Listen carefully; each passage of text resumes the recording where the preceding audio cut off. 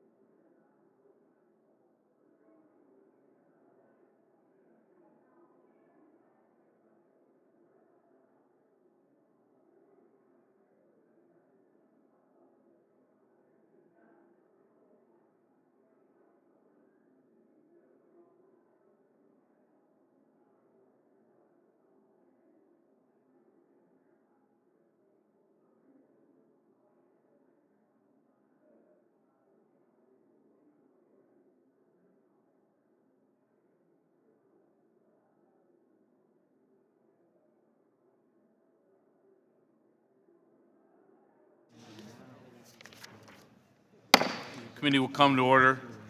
Good morning. Before we start today, I want to take a moment to speak about the shooting that occurred yesterday morning at our practice for today's congressional baseball game. Our prayers continue to be with everyone who's injured, members, staff, friends, and first responders. That includes Majority Whip Steve Scalise, a roommate of mine and Eric Paulson's, and a widely respected leader in Congress. And we're deeply grateful, all of us, for the actions taken yesterday by Capitol Police officers to protect our friends, our colleagues in the surrounding community. Again, to all those who are injured, we're all praying for your swift and successful recovery. Now, let's begin. Today, our committee will consider two pieces of bipartisan legislation. One focuses on economic security, promoting more opportunities for Americans to get back to work. The other is focusing on strengthening our nation's energy security. Due to scheduling constraints, we'll not be marking up the 5 bipartisan child welfare bills previously planned for action this week. These 5 bipartisan bills were all provisions of the Family First Prevention Services Act passed last year by our committee in the House, but not the Senate. We appreciate the cooperation of our Democratic colleagues in advancing these bills, and will continue to work with the Majority Leader, schedule their consideration by the whole House soon. As I mentioned, we have 2 bills on the docket today. The first is H.R. 2842, the Accelerating Individuals into the Workforce Act, bipartisan legislation sponsored by Congressman Curbelo and Davis to help more Americans get back to work. According to the Bureau of Labor Statistics, there are more than 6 million job openings, the highest level since the government started tracking this data in 2000. At the same time, the share of Americans participating in the workforce is near a 4-decade low. So the question is, how can we bridge the gap? How do we connect out-of-work Americans with all the employers who want and need to fill these job openings? As Human Resources Subcommittee has heard time and time again, one of the most effective answers to this problem is employer-driven, on-the-job training for workers, and that's exactly what is provided by the Accelerating Individuals into the Workforce Act. Our second bill is H.R. 1551, bipartisan tax legislation authored by Congressman Rice and Blumenauer. This bill clarifies an issue in existing law to help ensure the effective operation of the tax credit for nuclear energy production. It addresses an urgent problem that now poses a threat to our nation's energy security and, by extension, our national security. As a result of uncertainty surrounding the current structure of this tax credit, there's a risk of construction grinding to a halt on several cutting-edge nuclear power plants in our country. Meanwhile, our international competitors are moving ahead on nuclear power to bolster their own energy sector. Nuclear power is a critical component of an all-above strategy for energy independence and national security. It is urgent we take action to solve this issue in our tax code and provide the certainty that our energy innovators need to continue moving forward with construction. I want to thank Congressman Rice and Blumenauer for leading the charge on this vital effort. I want to thank Congressman Curbelo and Davis, Dr. Davis, for their work to help Americans get back to work. I want to thank all the members on both sides of the aisle who crafted the child welfare bills we will continue to advance in the coming days. These are important bills to help the American people, and they are all worthy of bipartisan support. This time I recognize the ranking member, Mr. Neal, for any opening comments he may have. Thank you very much, Mr. Chairman. And just before I begin my formal comments, I want you to know that we identify entirely with the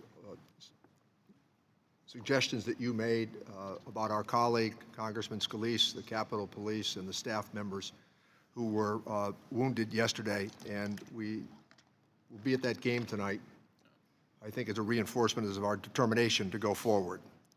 So thank you, Chairman Brady, and I'm glad to work with you today to advance 5 child welfare bills to the House floor. I'm also pleased that the committee is considering today 2 bills, one that addresses strategies for helping TANF recipients improve their skills and find good jobs, and another regarding the production tax credit for advanced nuclear power. I'd like to begin with a few comments about the child welfare bills. I want to applaud Mr. Davis for his efforts on H.R. 2742, the Modernizing the Interstate Placement of Children in Foster Care Act, H.R. 2834, the Partnership Grants to Strengthen Families Affected by Parental Substance Abuse Act, and also 2842, the Accelerating Individuals into Employment Act, which I will discuss in greater depth in a moment. I also want to commend Congresswoman Judy Chu, an excellent new member of our committee, for her work as co-author of H.R. 2857, the Supporting Families in Substance Abuse Act. Congressman Terry Sewell similarly deserves great praise for her work developing H.R. 2866, the Reducing Barriers for Relative Foster Parents Act. And finally, a word of thanks to Congressman Karen Bass, a colleague who does not serve on our committee but has a strong commitment to helping young people in foster care. She spearheaded Democratic efforts on H.R. 2847, the Improving Services for Older Youth in Foster Care Act. This morning, we are taking up H.R. 2842, the Accelerating Individuals into the Workforce Act. It would fund demonstration projects to explore approaches that combine work and training to ensure that low-income parents receiving temporary assistance for needy families can get a good job that will lift their families into the middle class. Democrats have long supported these approaches, and research shows they can be very effective. I expect my colleagues will join Mr. Davis in promoting this good research. Many in this room would agree that in some significant ways, TANF is still failing families. I'm concerned that this failure would certainly not be solved by the administration's proposal to arbitrarily cut TANF by $22 billion over the next decade. TANF currently serves only about 1 in 4 poor families, and states spend less than half of their TANF funds on TANF core purposes: work, child care, and assistance to families.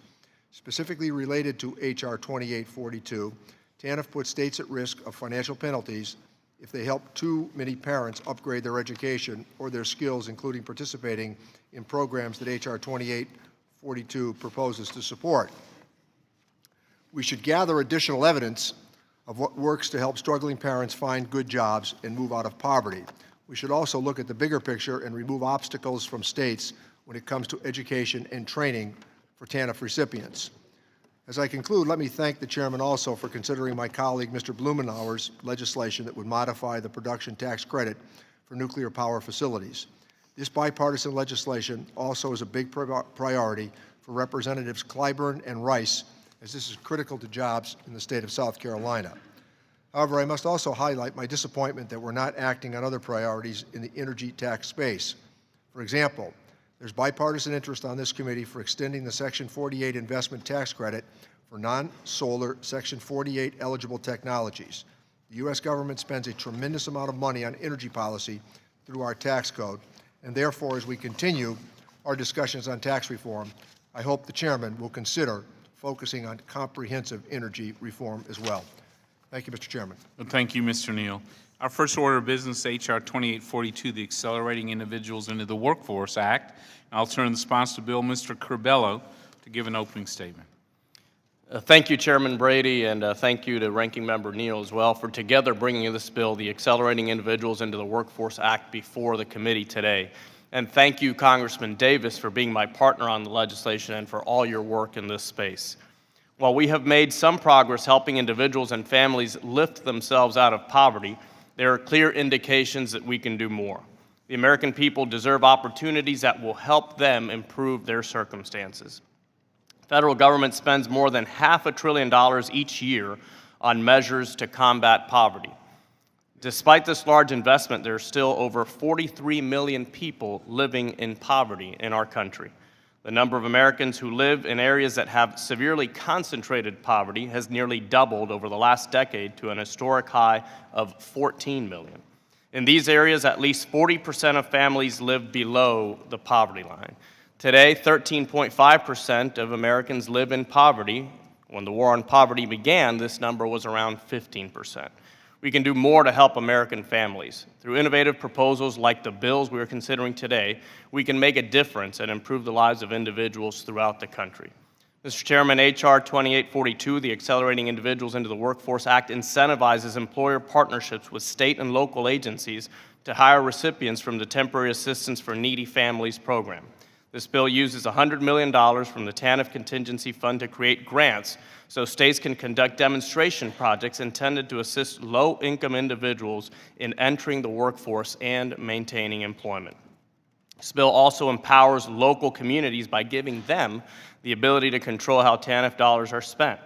Instead of an inflexible Washington-designed program, this legislation is reflective of the fact that every community has unique challenges that present barriers to finding a job. The Secretary of Health and Human Services is authorized through this legislation to make grants to states. These grants will be used to implement demonstration projects that will evaluate strategies to help low-income individuals gain employment and, just as importantly, keep it. This legislation requires that states meet certain criteria to ensure that the programs are effective. This includes a description of how local governments will coordinate these efforts with others that assist low-income individuals. States will also be required to report on the outcomes of the demonstration projects and provide evaluations to determine whether the partnerships were effective. The measured outcomes will include the efficacy of each project in moving people into the workforce, helping them retain employment, and increasing their earnings over time. Poverty is an issue that affects each of our districts. We need innovative solutions that can help get people on track to a brighter future, and this legislation is definitely a step in the right direction.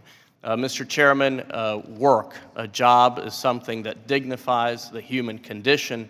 It is everyone's opportunity to make their contribution to society, to their community, and to our country. So I encourage all of the members of this committee to vote in favor of H.R. 2842, the Accelerating Individuals into the Workforce Act, to help people get on their own path to success. Thank you, Mr. Chairman. I yield back. Thank you, Mr. Corbello. I now turn to Dr. Davis for purpose of an opening statement.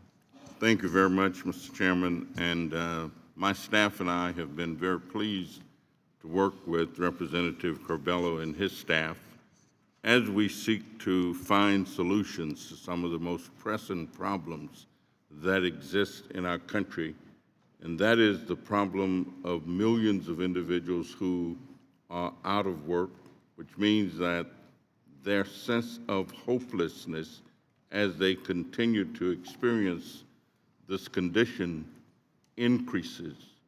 Finding ways to modernize TANF and make it more efficient as well as more effective has long been an approach that Democrats, not only on this committee, but throughout the Congress, have sought to achieve. Research is clear.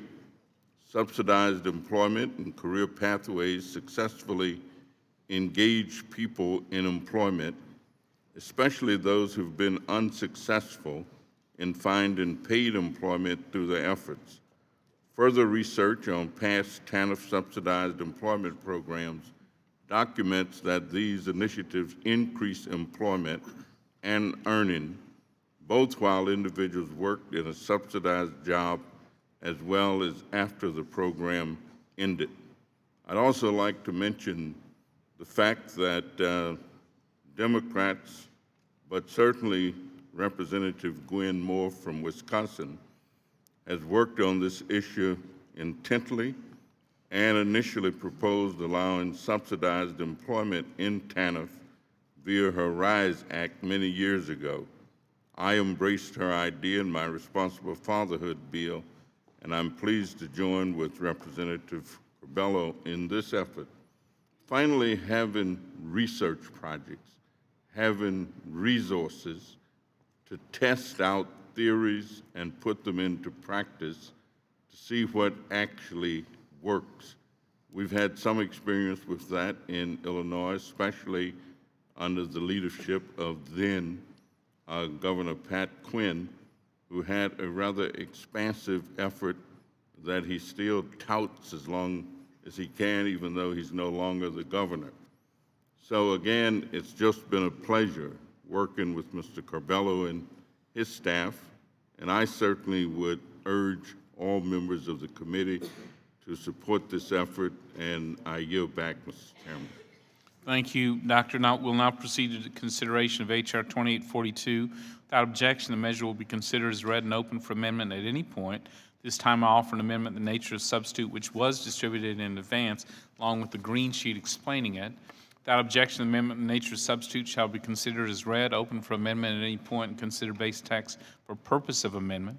I'll now turn to Anda Cicero, the Staff Director for the Human Resources Subcommittee, to provide the technical description of the amendment in the nature of a substitute, with an emphasis on the changes made since introduction.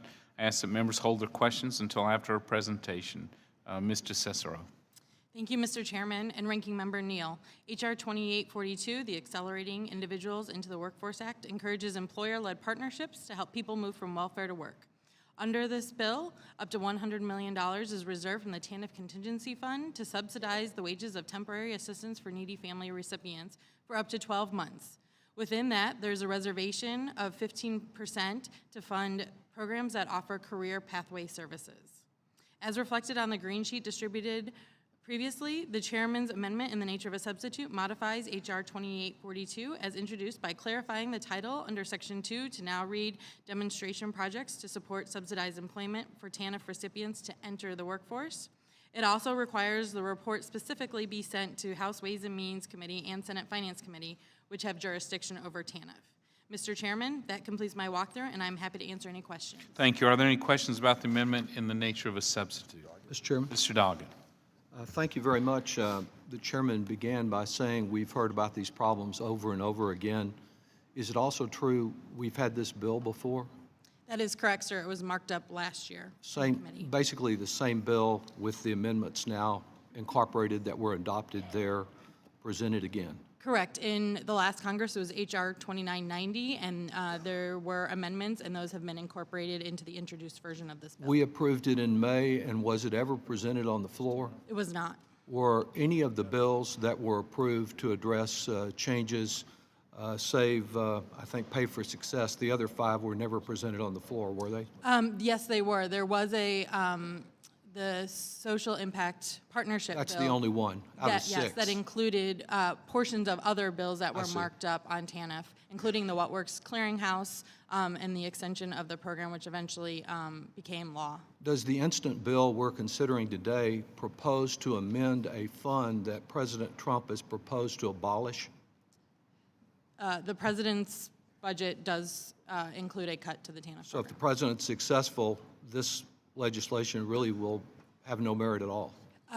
This Congress actually acted at the end of April to extend the TANF program, including the contingency fund, through the end of fiscal year 2018. So it could cover through the end, when does that end? Through the end of September? 2018, so through next year. So So not this may just be the a end of the bill, fiscal year. if the president's successful, that will last for a year. This bill is only intended to last for a year. Only a year of help. Okay, thank you very much. Thank you. Does anyone else wish to question Mr. Cesaro? Does anyone wish to strike the last word? Oh, Mr. Levin, you're recognized. I believe we should support this bill, but 2 things. First, the president, and this picks up the statement of Mr. Doggett, the president's budget would cut workforce development by 39%.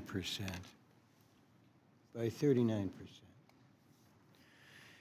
And so I think we ought to be forthright about what we're doing. Essentially, this is a step forward, but if his budget were adopted, it would be many, many, many steps backwards. Secondly, Mr. Corbella, you talk about discretion. In the TANF bill, states have considerable discretion, and the problem with that use of discretion is that they've been using their discretion to spend lots of money unrelated to the core purposes of the legislation that we worked on long ago and some of us supported, the basic reform bill. After making amendments to it, and we've tried to amend it further since then to make it workable and to have the core purposes implemented. So when we laud state flexibility in this area, we need to take an honest look at what's happened with state flexibility, indeed, even in relationship to the core purposes of TANF. Because I think we're going to be discussing this later, many states have essentially undermined the use of funds for TANF instead of for core purposes, for other purposes, some of which may be laudatory but do not directly relate to the purposes of TANF. And I just want to go back and emphasize, as we vote for this, I hope that all of us will lean in the appropriation process and convince the Appropriation Committee to reject the proposed 39% cut in workforce development that came from the president, because if that were to pass, this bill, which is for 1 year, would have much and close to all of its purposes overshadowed by this cut in workforce development. I yield back. Thank you. Mr. Doggett, you recognize strike the last word. Thank you, Mr. Chairman. This is a peculiar bill. It proposes to direct how $100 million of a fund that President Trump proposes to abolish should be allocated. It is an unusual bill also because it is the same bill that this committee considered last May on a bipartisan basis. I offered an amendment that was adopted at that time, and at that time it was a much heralded accomplishment of the committee. In fact, the majority on May 11th issued a press release that said, "Committee takes action to help families escape poverty."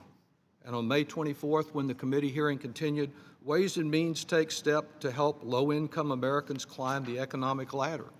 Well, there may be somebody who's climbed the economic ladder since last year or escaped poverty, but it's not the result of anything this committee did, because the measures that were considered in the committee, same ones that are being considered today, were not presented on the floor. And of course, there's the question of why it was we considered 6 different bills instead of one major reform of TANF, and that was for the very simple reason that while today we're particularly concerned with taking bipartisan action, we weren't concerned then about taking bipartisan reform.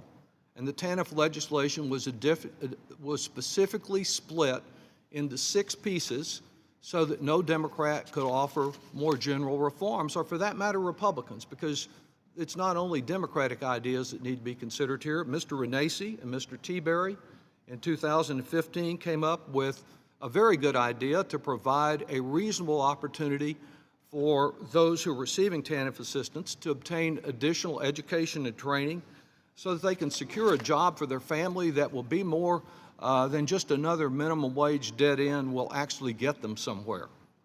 But those ideas couldn't be presented, and they cannot be presented today. There seems to be a lack of true commitment to changing welfare to workfare. It's not been working the way it has operated the last 20 years. It had some initial accomplishments, but it's not been achieving its true objectives. As for flexibility, this is not a bill about flexibility. It's about a bill about limiting what the states can do with $100 million. The states can do subsidized employment today. They can do pathways today if they think that those programs have merit.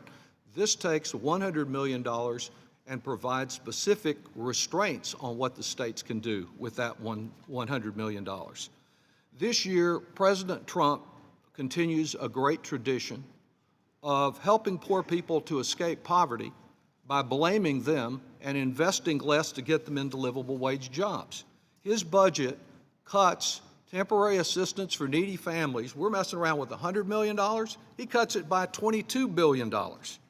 And as if that weren't enough, on child care alone, which is so vital to single working mothers to be able to go out and get a livable wage job, he proposes not 1, but 3 cuts to child care and would reduce child care funding by over $400 million per year. So we can, in Washington terms, tinker or tweak with a substantial sum, $100 million, but it is tinkering or tweaking with a tiny percentage. I think it works out to less than 0.5% that we're looking at here today, as if we were having a major accomplishment while he's out there trying to undermine the whole program. This particular bill, I think, reflects a lack of overall commitment to making work for work opportunities for those who are trying to escape poverty. If we do a better job of providing education and training, backing them up with programs like Project Quest in San Antonio, Capital Idea in Austin, that are trying to link them up to in-demand jobs, then we have a chance for people to have more than a dead-end job where they have limited benefits, limited pay and hours, and find themselves right back in the cycle of poverty. So I'd like to see us doing something that is much more comprehensive than tinkering around the edges and really live up to the commitment of trying to get people out of poverty by giving them the opportunity to get the job that will let them provide a living wage for their family. And I yield back. Thank you, Mr. Doggett. The committee will now recess momentarily and reconvene at approximately 11:15 or soon thereafter. Thanks.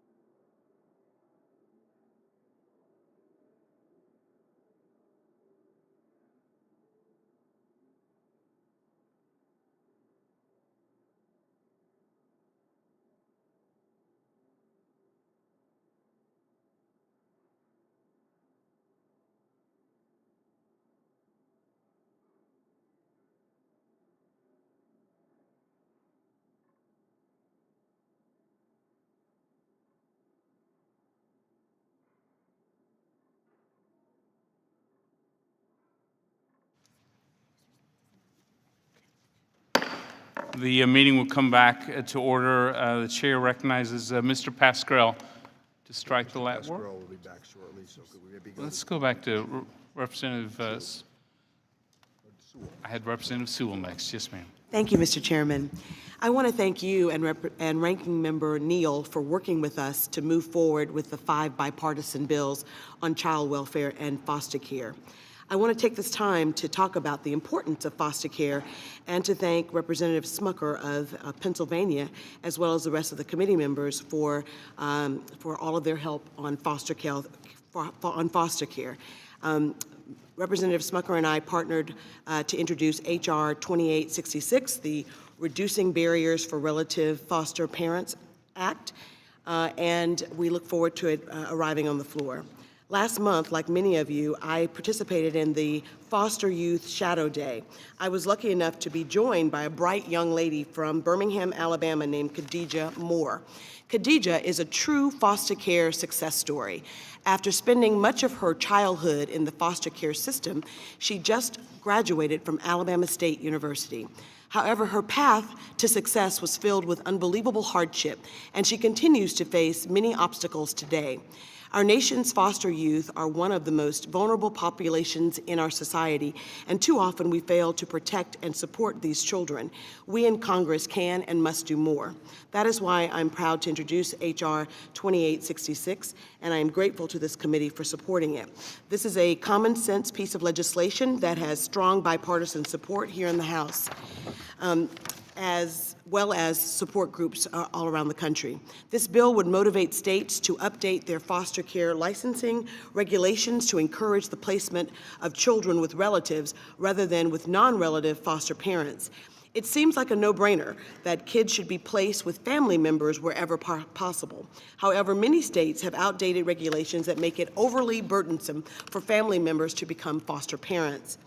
Some states have not updated their licensing requirements in years, while other states' licensing requirements unintentionally discourage foster youth from being placed with family members.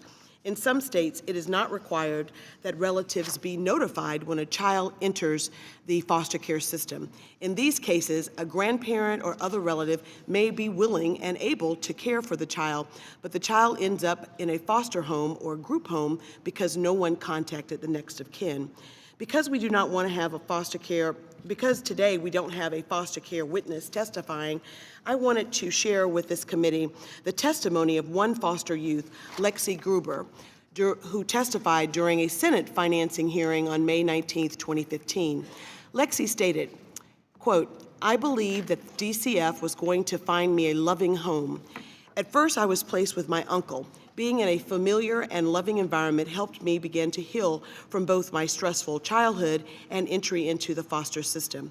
2 months later, my social worker informed me that my relative's home did not have enough bedrooms to meet the agency's regulations, and I would have to be removed from his home. A waiver could have been filed so that I could remain in my uncle's home, but department policies carried more weight than permanency.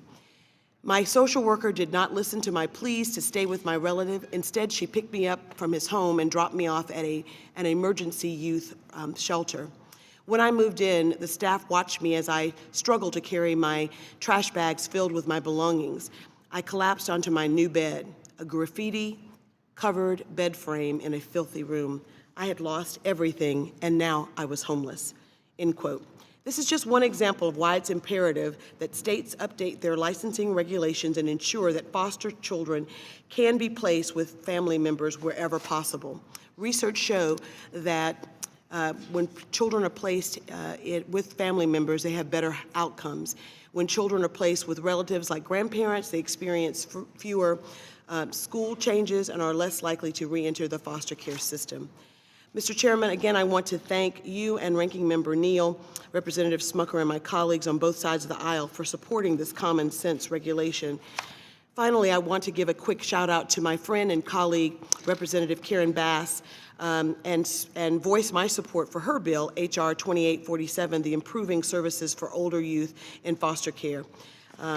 Mr. Speaker, Mr. Chairman, I think it's really important that we work together in a bipartisan way to support our children all across this nation, especially those in foster care. And I yield back the balance of my time. Thank you, Representative Sewell. Representative Chu, you're recognized. Ms. Chu is away for the moment. He's trying to get her. Mr. Smith, earlier you had indicated an interest in speaking to strike the last word. You're recognized. Thank you, Mr. Chairman. And I hope that as we kind of listen to each other on both sides up here, that we will engage in this budget process as a legislative branch that I think we are incumbent to do. How important that is. I know that the Budget Committee is working right now to fashion a budget that I think is reflective of what the legislative branch would choose to do, and I would hope that we can all engage in that moving forward. Thank you, Mr. Chairman. And we'll make so are there, does anyone else wish to strike the last word? Oh, Mr. Davis. Chairman. Dr. Davis, you're recognized. Thank you, Mr. Chairman. I would move to strike the last word.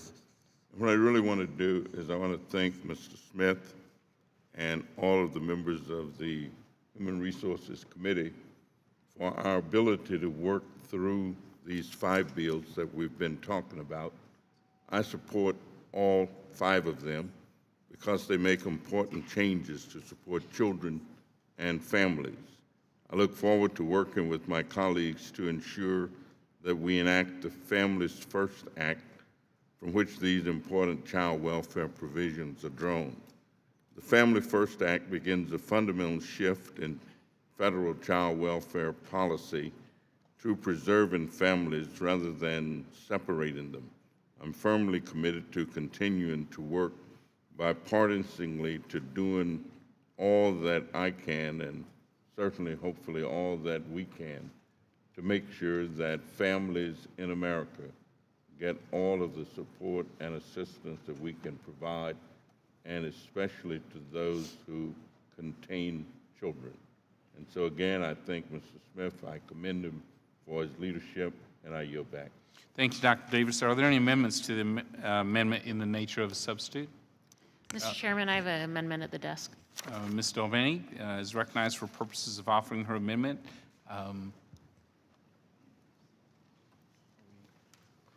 The gentlelady would suspend.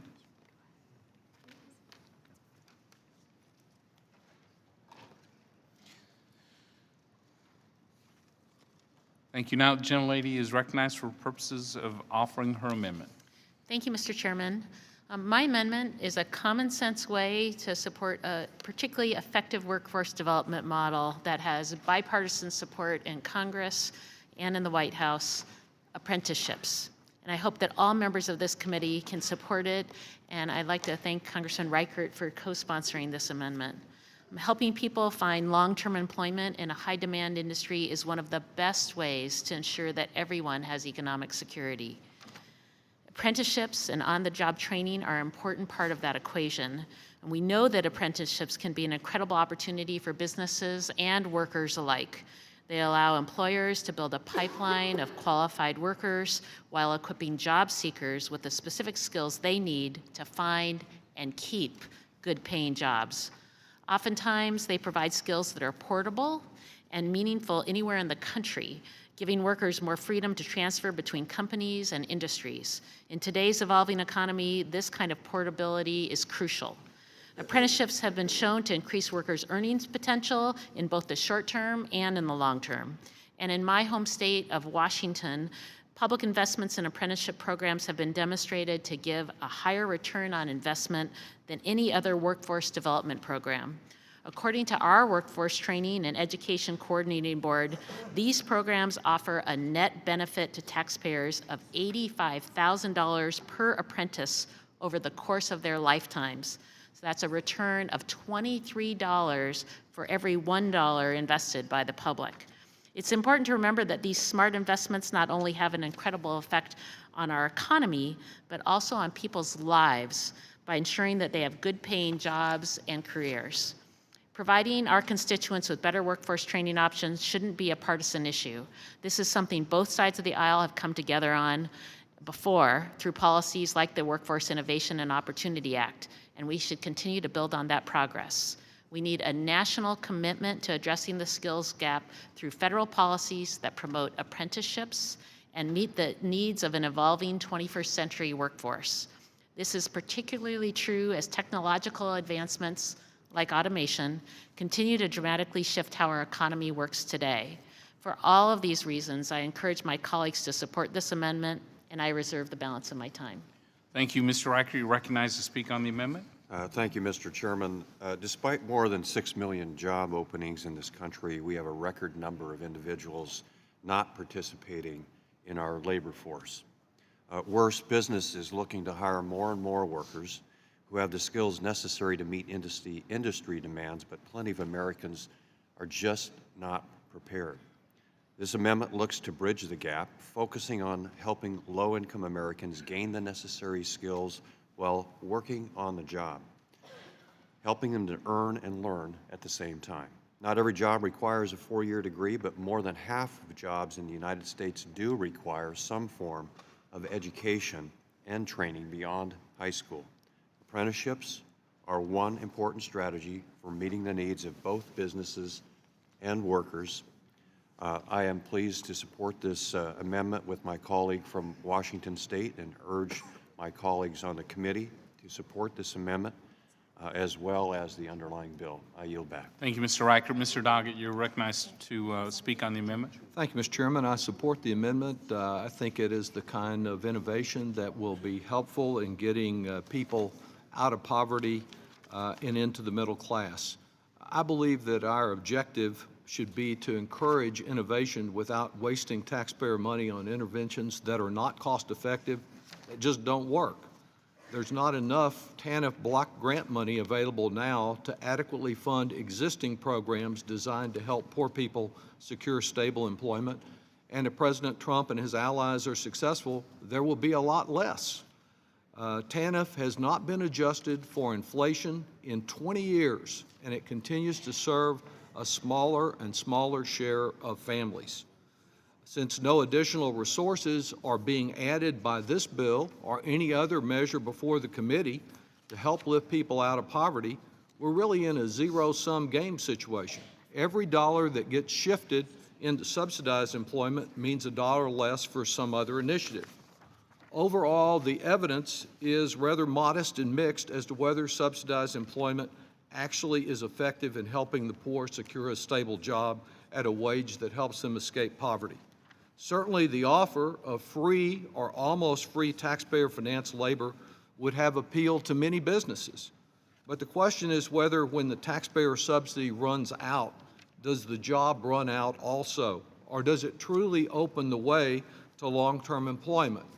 And the amendment that has just been offered with apprenticeship programs offers more opportunity for that long-term employment than some forms of subsidized employment that are out there, and that's why I support it. Does subsidized employment offer opportunity or just another taxpayer-financed bit of cheap labor? The verdict is undecided, but this amendment would help answer that verdict in an appropriate way. Mr. Chairman, the broader problem here in this bill and with this approach is with the overall question of whether we will place an emphasis on work as the best way to get out of poverty. I personally voted for the 1966 welfare reform law because I believe that was the best approach. And in some ways, that law has fulfilled its promise to end welfare as we know it, but not as we were promised. It has basically changed welfare as we knew it in 1996 to what is largely a welfare program for Republican state governors. They take federal dollars, they use them to fill budget gaps. They do not supplement those federal dollars or use them in creative ways to try to protect the poverty grant and to correct the poverty gap that exists out there. And so it grows.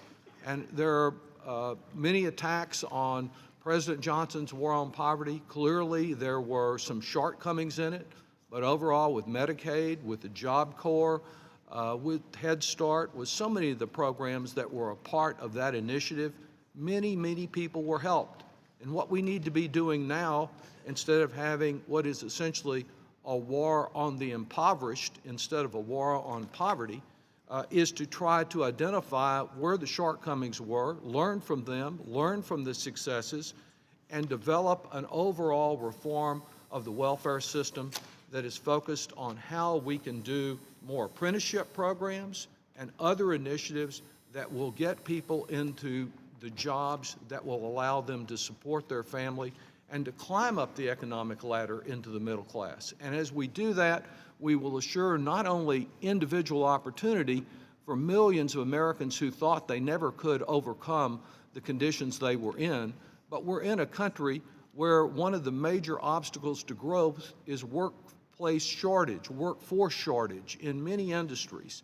And so working through apprenticeship programs, through targeted employment programs like Project Quest, we have the hope in a genuine welfare reform of being able to make America more competitive at the same time that we provide more opportunity for some of our most disadvantaged Americans. And I yield back.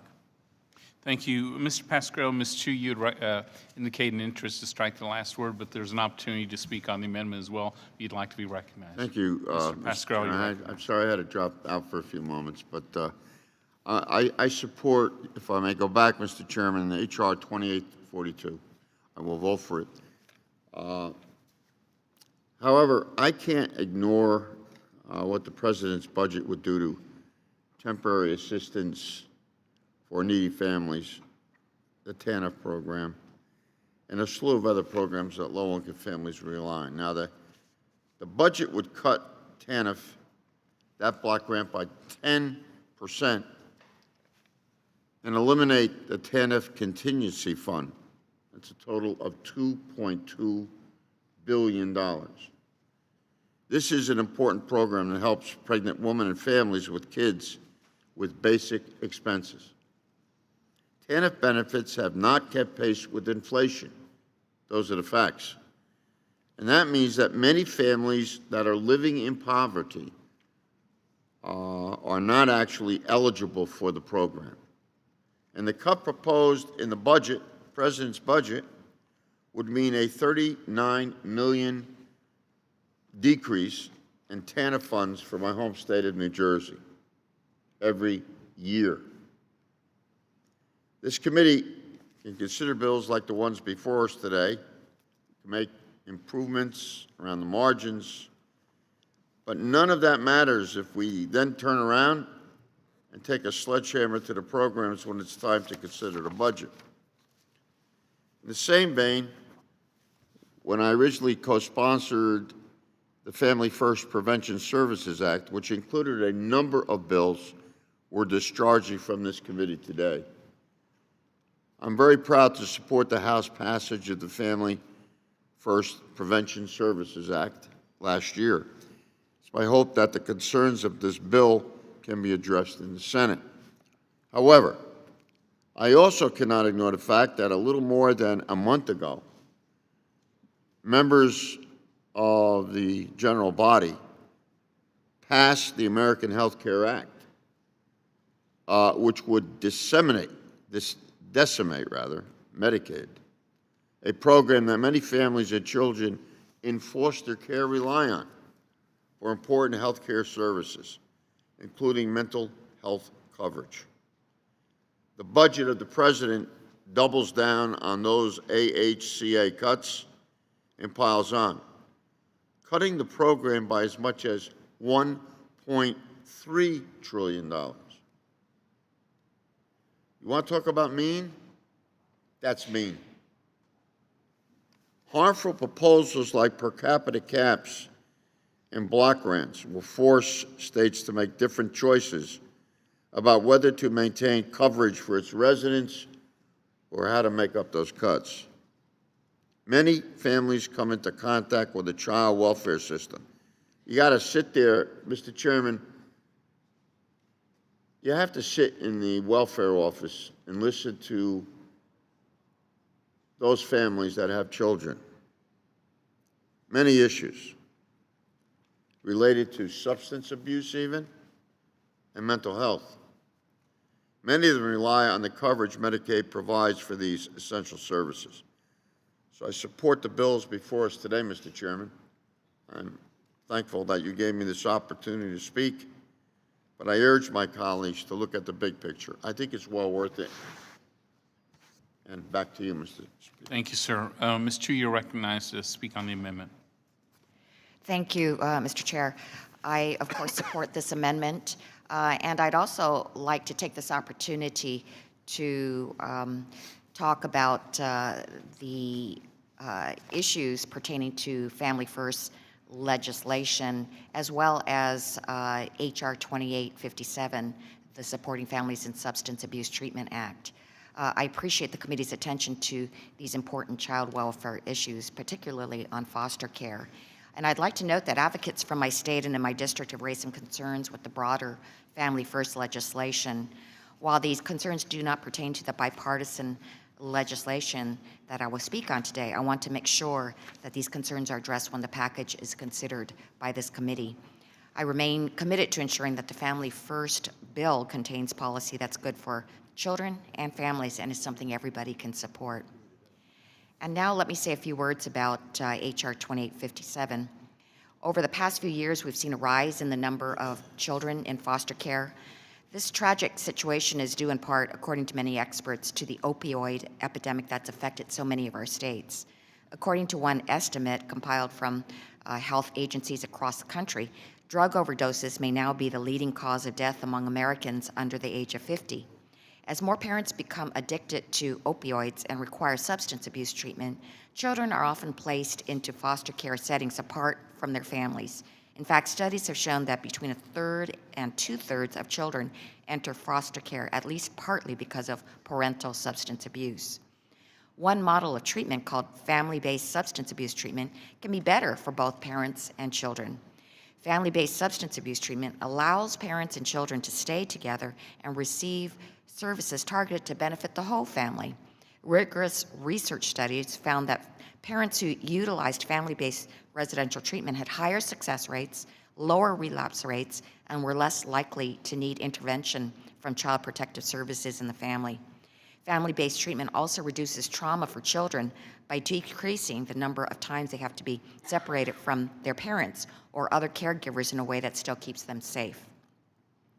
In my district of Los Angeles, we have a program called the Exodus Program, where formerly homeless families live on-site apartment complexes and receive comprehensive services, including substance abuse treatment, counseling, child development, and family reunification services.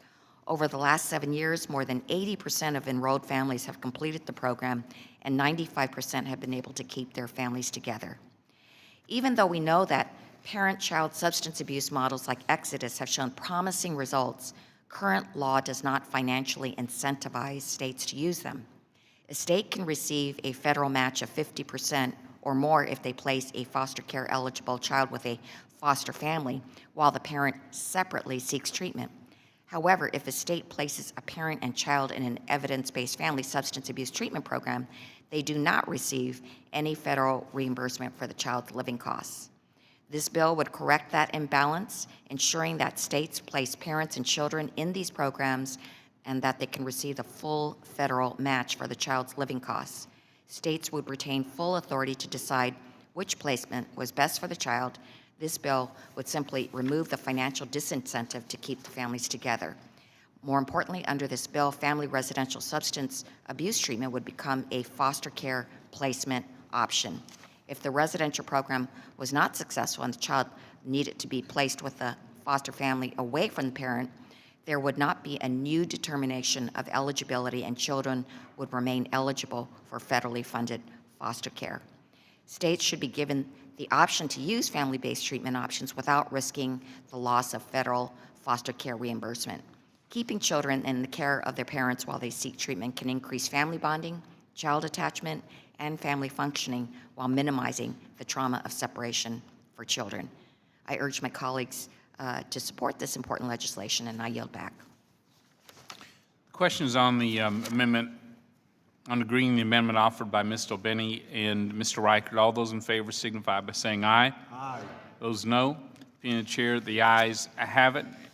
Seeing no further amendments, questions on the adoption amendment in the nature of substitute as amended. All those in favor signify by saying aye. Aye. Those opposed, no. Being the chair, the ayes have it. The amendment in the nature of substitute as amended is agreed to. I'll now recognize Mr. Reichert for the purposes of offering a motion. Mr. Chairman, I move the committee favorably report H.R. 2842 as amended to the House of Representatives. The question is on favorably reporting the bill H.R. 2842 as amended. All those in favor signify by saying aye. Aye. Those no. Opposed, no. Being the chair, the ayes have it. The motion is agreed to, and H.R. 2842 as amended is ordered favorably reported to the House. Without objection, I ask staff be authorized to make technical and conforming changes to the bill, and the members have 2 additional days to file with committee clerk supplemental, additional, dissenting, or minority views.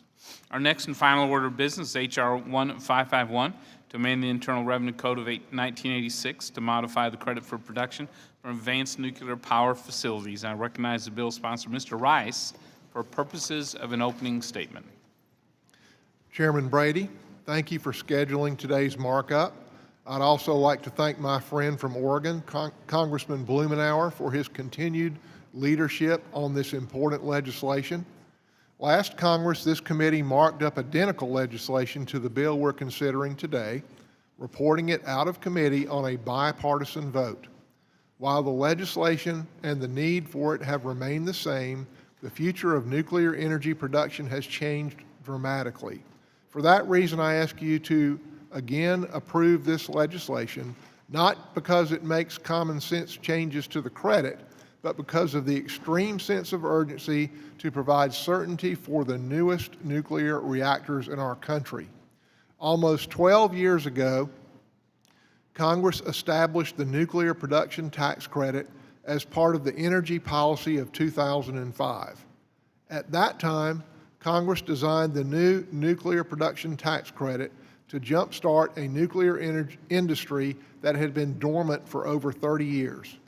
More importantly, Congress set out to limit the amount that the tax code would subsidize for these facilities, creating a national production capacity that effectively capped the amount of this credit available. South Carolina and Georgia responded to this incentive, making large investments in nuclear facilities that represented the pinnacle of safety and innovation in the industry. After years of applications, planning, and rigorous oversight by multiple regulatory authorities, these plants began construction in 2013, receiving sizable allocations of the nuclear production tax credit's national capacity. Yet it quickly became clear changes to the underlying provisions were necessary in order for these plants to fulfill the capacity allocation as Congress originally intended. For example, right now, not-for-profit entities like public utilities are unable to utilize or transfer their share of the credits, leaving the majority of these tax credits allocated to these 2 plants unusable. Additionally, the strict placed-in-service date would force these plants to make decisions between finishing before a deadline or making sure they are constructed in the safest way possible. Recently, to make matters worse, a third-party contractor for both plants unexpectedly filed for bankruptcy, putting the projects in jeopardy of finishing before the placed-in-service date, if at all. In the coming weeks, both plants must go before state regulators and provide a plan for how they will continue construction. The full availability of the $2 billion in tax credits will be a key factor in the regulator's assessment of whether to approve plans to continue with these facilities or shut down construction completely. Passing this legislation is more important now than ever. If these facilities shut down tomorrow, it will immediately cost 12,000 jobs in South Carolina and Georgia. It will cost individual ratepayers hundreds, if not thousands of dollars in increases in their annual utility bills. And most alarming, our national security will be jeopardized as countries like China and Russia continue to make massive investments in carbon-free nuclear power while we sit on the sidelines. We need to give these plants the certainty of the tax credits as Congress originally intended, not just for South Carolina and Georgia, but for the continued innovation of carbon-free nuclear energy and the security of our nation. Thank you, and I yield back. Thank you, Mr. Rice. I now recognize Mr. Blumenauer for purposes of an opening statement. Thank you, Mr. Chairman. This is an area that I have been involved with for some time. There is one aspect of this dealing with small-scale modular nuclear facilities is a technology that was developed at Oregon State University some 10 years ago and shows great promise. Being able to have a small-scale modular effort, easier to install, faster to construct, having a passive technology that is safer, not having the Takashima problem that we saw in Japan. We all are taking a hard look at what's going to happen with the balance of energy production in this country. We are facing issues of shutdown of some that's scheduled for some nuclear plants that will actually result in an increase in carbon pollution in the future. I think being able to proceed with these elements helps in terms of the issue that my friend from South Carolina talked about. It'll also promote the development of this smaller scale, very efficient technology, which could have, I think, broad application and is worth our pursuing as we think about how to have a low carbon energy.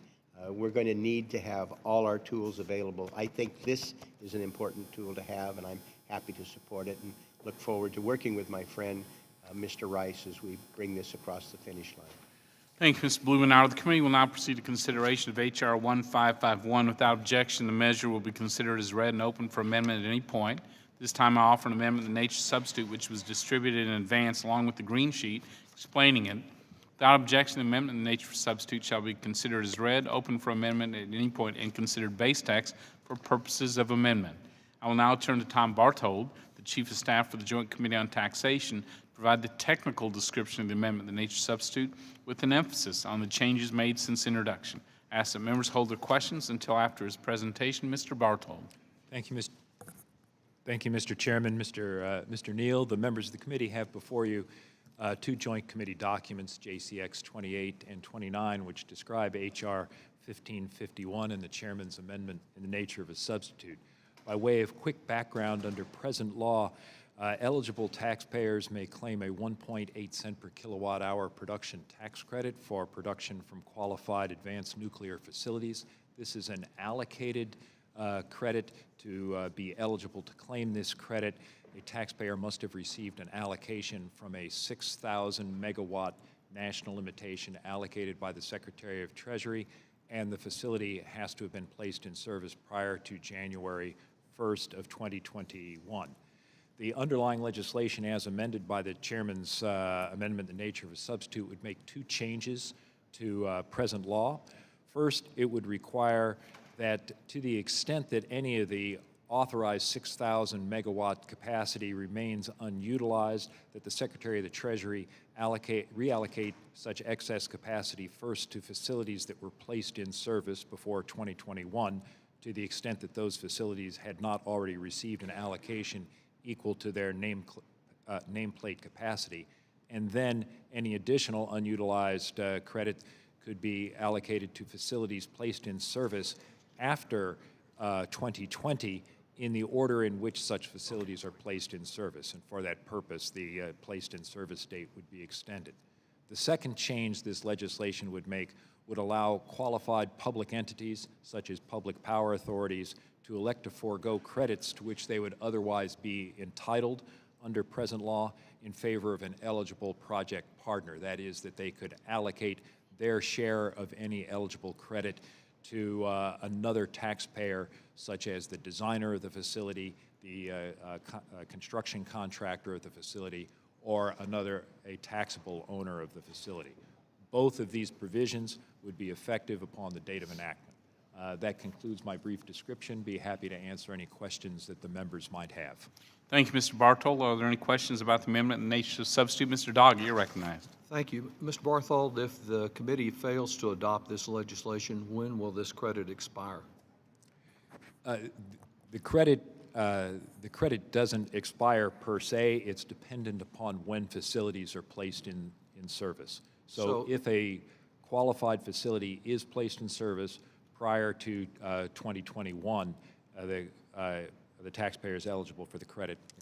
So this addresses a It's problem. 8 years. The credit's payable. I didn't say under present law the credit is payable for 8 years worth of production. So this addresses the recurrent problem in the nuclear industry of never being on time or on budget. Excuse me, Mr. Doggett? This addresses a recurrent problem with the nuclear industry of never being on time or on budget on its projects. So it has to be, you're extending it so that they can qualify for plant that they said they would get in service long ago, but now they'll have until 2021 to get it in service. This legislation would only extend the placed in service date if there is unutilized allocated credits when it comes to the beginning of 2021. And while the sponsors emphasize the hope for advanced nuclear technologies and solving the problems this industry's never been able to solve in the past, won't this credit continue to be available to reactor designs that are over 20 years old? The requirements for that were established when the legislation was enacted in 2005 were for designs that were approved post 1993. So it could be it's not only about some as yet perhaps undreamed of design, but it's about a reactor design back to 1993 can qualify. Congress's judgment in the early 2000s was to exclude reactor designs predating 1993. 15 or 17 years later, apparently the judgment's still the same in this bill. The other provision I'd like to ask you about is the last one you referred to, and that's the eligible project partners. Am I correct that an eligible project partner who could benefit here would include a uranium mining company?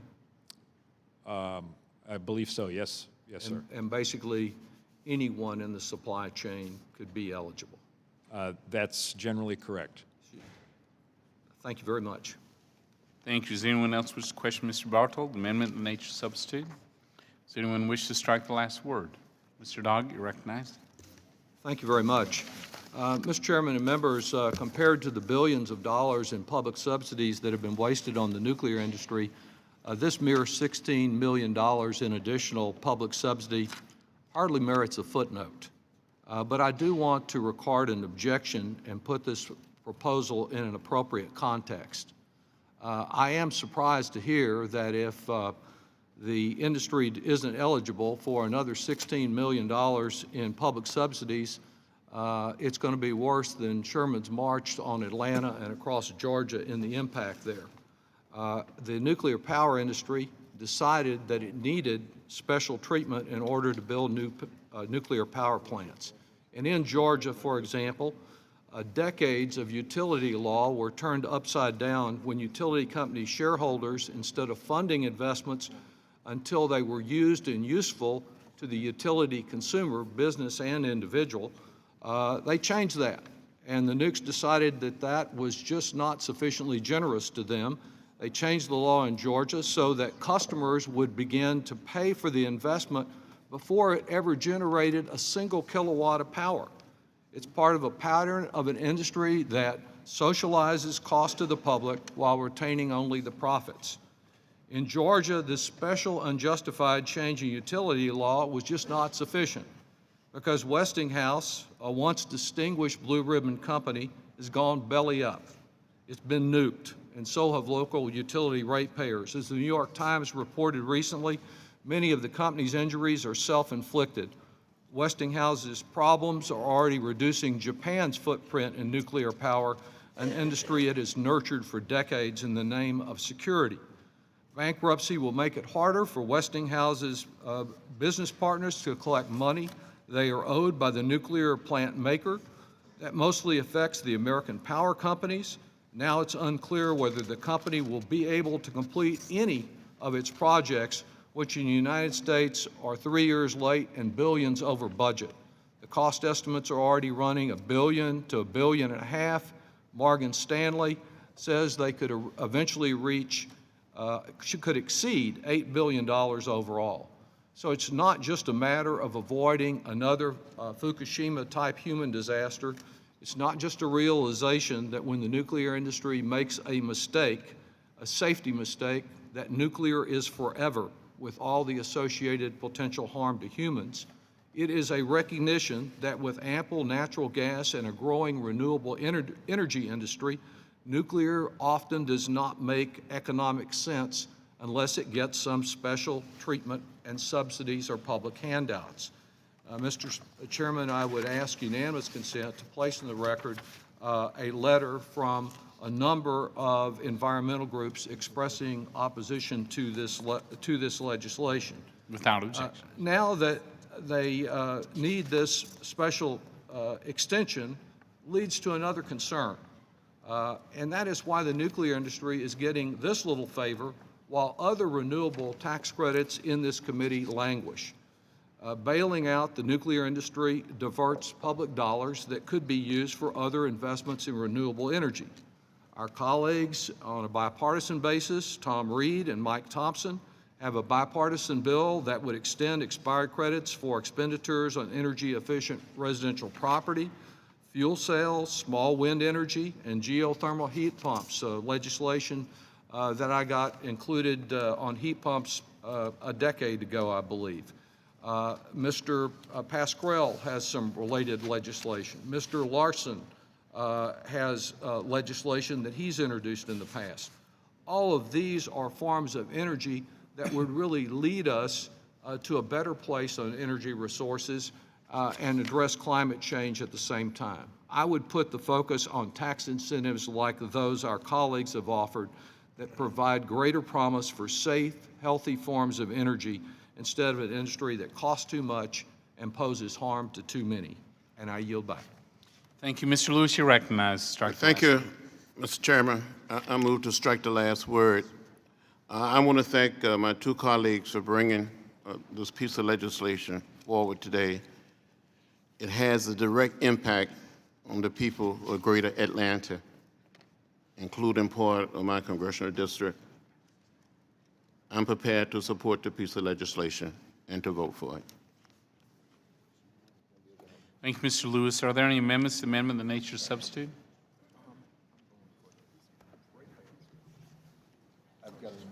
Yes. For what purpose does gentleman seek recognition? I've got an amendment at the desk. Yes, gentleman is recognized for purposes of offering his amendment. Mr. Reichert? I reserve a point of order, Mr. Point of Chairman. order has been reserved. The clerk will distribute the amendment, and I ask the gentleman to suspend while the clerk distributes.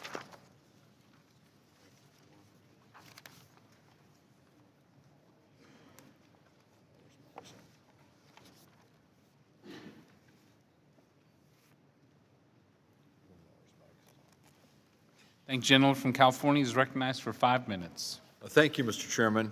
I'm offering the amendment that was just passed out along with my colleagues, Mr. Reed, Mr. Larson, and Mr. Meehan, to add our Technologies for Energy Security Act to the underlying bill. I intend to withdraw the amendment, but I want to take this opportunity to raise this important issue before the committee and the public. In 2015, then President Obama signed a bill into law that extended the solar investment tax credit for 5 years. The provision was part of a bill that I had, the New Energy for America Act. I introduced that bill because the investment tax credit, I believe, is one of the most important tools that we have to support the development of renewable energy technologies. And not only is expanding renewable energy good for our environment, it's good for job growth as well. The solar energy industry currently employs over 200,000 Americans at thousands of solar companies, and we're generating more solar energy than ever before. The policy is working. Unfortunately, the investment tax credit for other renewable technologies was not extended. The Technologies for Energy Security Act has 92 bipartisan co-sponsors, including members on both sides of this dais. Our amendment would extend the investment tax credit for renewable technologies that weren't included in the solar provision. Other technologies like geothermal and small wind are also important parts of the renewable energy mix. Across our country, people are using renewable technologies like small wind or combined heat and power systems. Businesses and homeowners in all of our districts are doing impressive and innovative things with renewable energy because it makes economic and environmental sense. I want to thank my colleagues, Mr. Reed, Mr. Larson, and Mr. Meehan, Mr. Chairman, for their work on this, and I would withdraw my amendment. Prior to withdrawal, would the gentleman from Pennsylvania wish to be recognized? Speak on the amendment? Yes.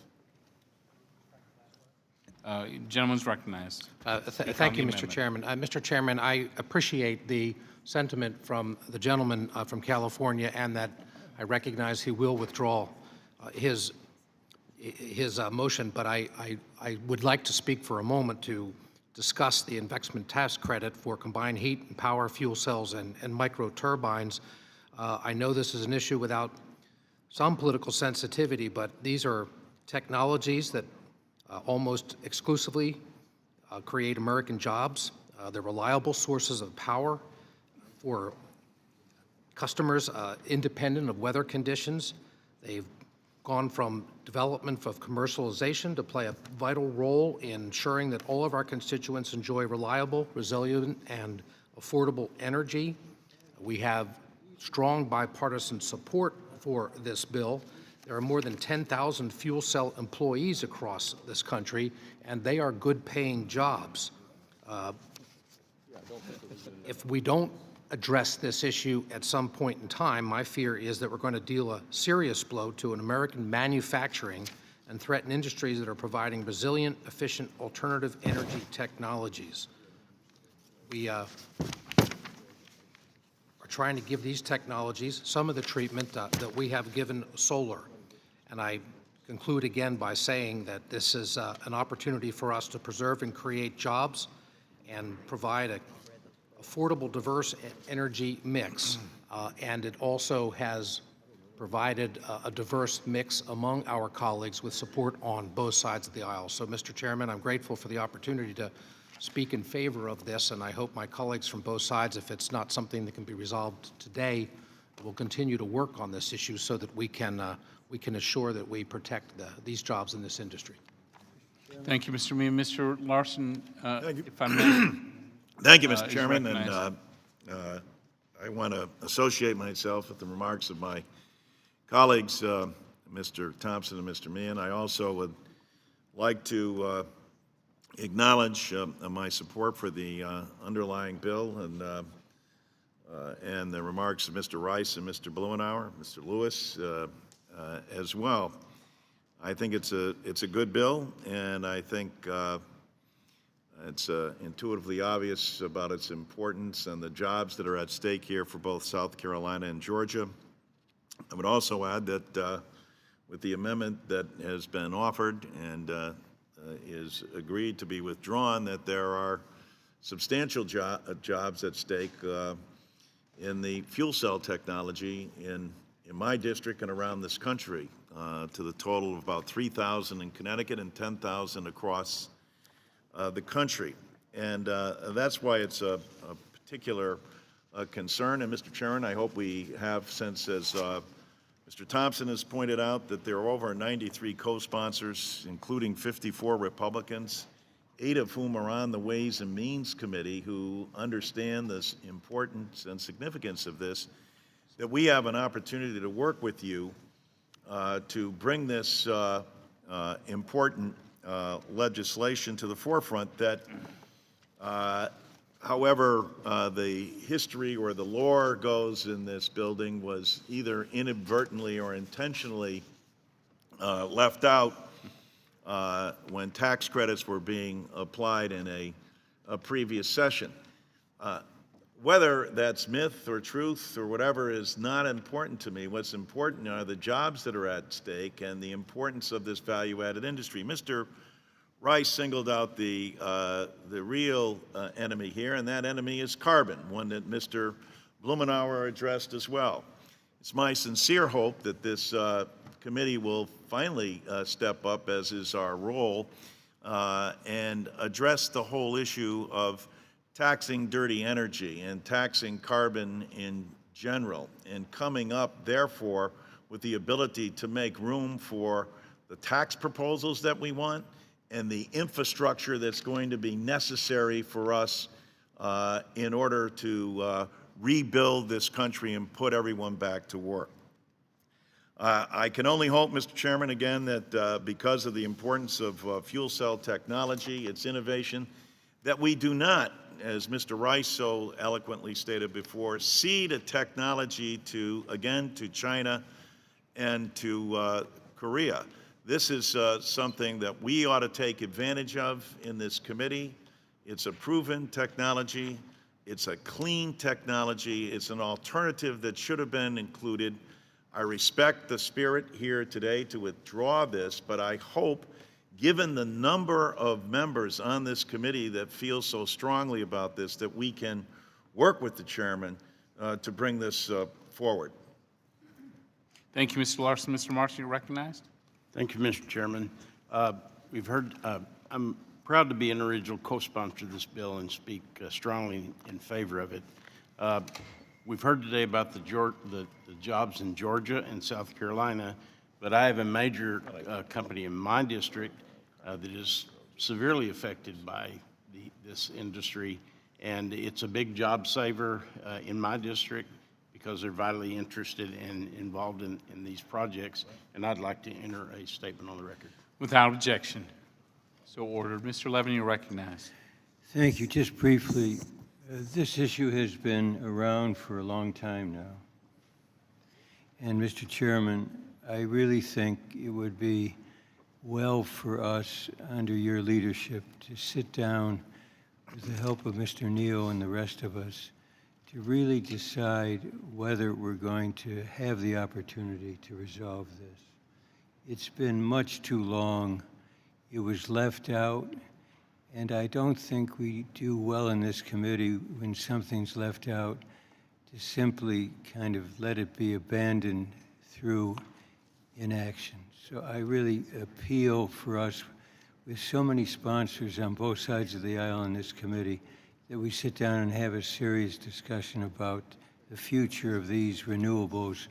Renewables are more and more becoming a key part of the energy picture, and I think our committee, Mr. Chairman, has the obligation to discuss this. And then we can decide its fate. Thank you, Mr. Levin. Does anyone else wish to speak before withdrawal? I'll make a point here. Look, I'm sort of to the point that each of you have made, and Mr. Meehan's point as well.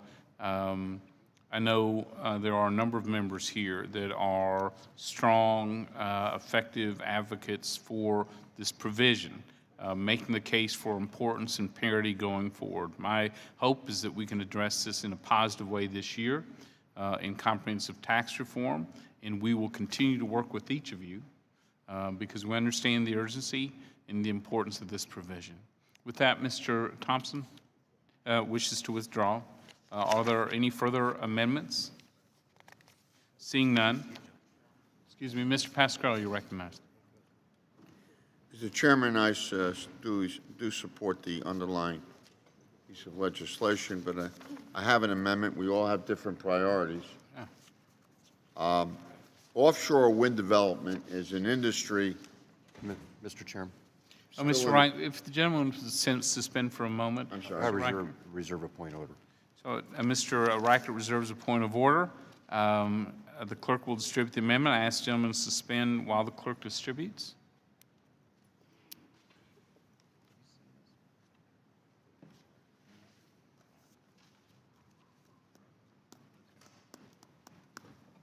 So, Mr. Pascal, you're recognized for purposes of offering your amendment. Thank you, Mr. Chairman. So, Mr. Chairman, the U.S. Department of Energy estimates that by 2030, offshore wind projects in the United States could create more than 43,000 permanent operations and maintenance jobs and approximately 20.7 thousand direct jobs per annual megawatt. And it keeps us competitive. Countries like China and Denmark are investing heavily in offshore wind, enough to power the equivalent of 10 million and 13 million U.S. homes by 2020. Furthermore, offshore wind is good for consumers' wallets, with zero fuel cost and fixed prices for 20 years or more. Offshore wind is clean, protects public health, reduces our carbon footprint. When operating, it creates no air or water pollution, does not deplete freshwater resources, requires no mining, transportation, or refining.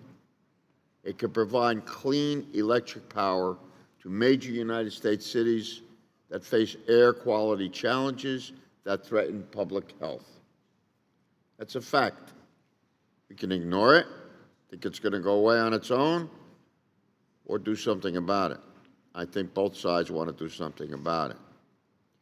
But higher startup costs and long investment time make offshore wind challenges unique. Having a megawatt threshold for the ITC for offshore wind instead of a timeline would be a more effective policy to incent offshore wind development and encourage companies to take on the upfront costs. My amendment would base the credit on the first 3,000 megawatts placed in service rather than years as the current ITC does. I ask us to look at that principle, which may be applicable to other forms of energy. It's a common sense incentive for our economy, for our environment, and for our tax policy. I hope that it will be considered by this committee, Mr. Chairman, in the future, and I will withdraw the amendment if I have to. Gentleman withdraws the amendment. Thank you, Mr. Pascal. Are there additional amendments to the amendment in the nature of substitute? If there are none, the question is on the adoption of amendment in the nature of substitute. All those in favor signify by saying aye. Those opposed, no. In the opinion of the chair, the ayes have it. The amendment in the nature of substitute is agreed to. I'll now recognize Mr. Riker for the purpose of offering a motion. Mr. Chairman, I move that the committee favorably report H.R. 1551 as amended to the House of Representatives. So the question is on favorably reporting the bill H.R. 5051 as amended. All those in favor signify by saying aye. Aye. Those opposed, no. In the opinion of the chair, the ayes have it. The motion is agreed to, and H.R. 1551 as amended is ordered favorably reported to the House. And without objection, I ask the staff be authorized to make technical and conforming changes to the bill.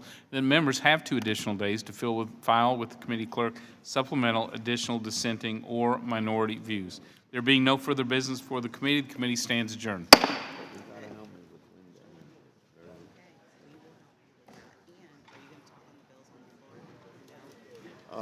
What